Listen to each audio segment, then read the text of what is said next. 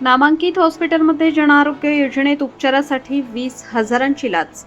Hospital कर्मचारी व व्यवस्थापकावर गुन्हा दाखल.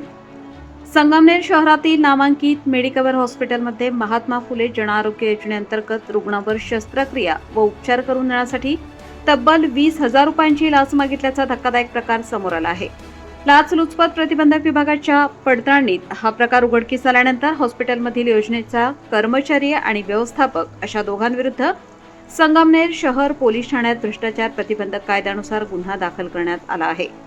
संगमनेर शहर पोलिसांनी दिलेल्या माहितीनुसार 22 मे 2025 रोजी तक्रारदाराच्या आईवर महात्मा फुले जन आरोग्य योजनेतून शस्त्रक्रिया व उपचार करण्यासाठी हॉस्पिटलमधील योजनेचा कर्मचारी सुभाष दगडू धादवड व 29 वर्ष राहणार घोलेवाडी फाटा संगमनेर याने 20,000 रुपयांच्या लाचेची मागणी केली. एवढेच नव्हे तर पैसे दिल्यानंतर कोणतेही अधिकृत बिल मिळणार नसल्याचे सांगून रक्कम स्वीकारण्याची तयारीही दर्शवल्याचा आरोप आहे.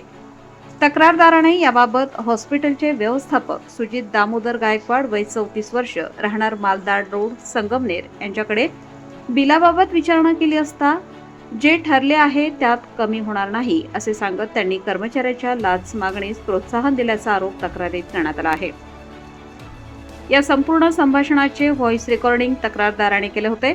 त्याची अहिल्यानगर येथील लाचलुचपत प्रतिबंधक विभागाने पडताळणी केली असता लाच मागणीचा प्रकार प्रथमदर्शनी निष्पन्न झाल्याचे समोर आले. या प्रकरणी लाचलुचपत प्रतिबंधक विभागाच्या पोलीस निरीक्षक छाया देवरे यांनी दिलेल्या तक्रारीवरून सोमवार दिनांक 20 जुलै रोजी संगमनेर शहर पोलीस ठाण्यात गुन्हा क्रमांक 697/2026 नोंदवण्यात आला आहे.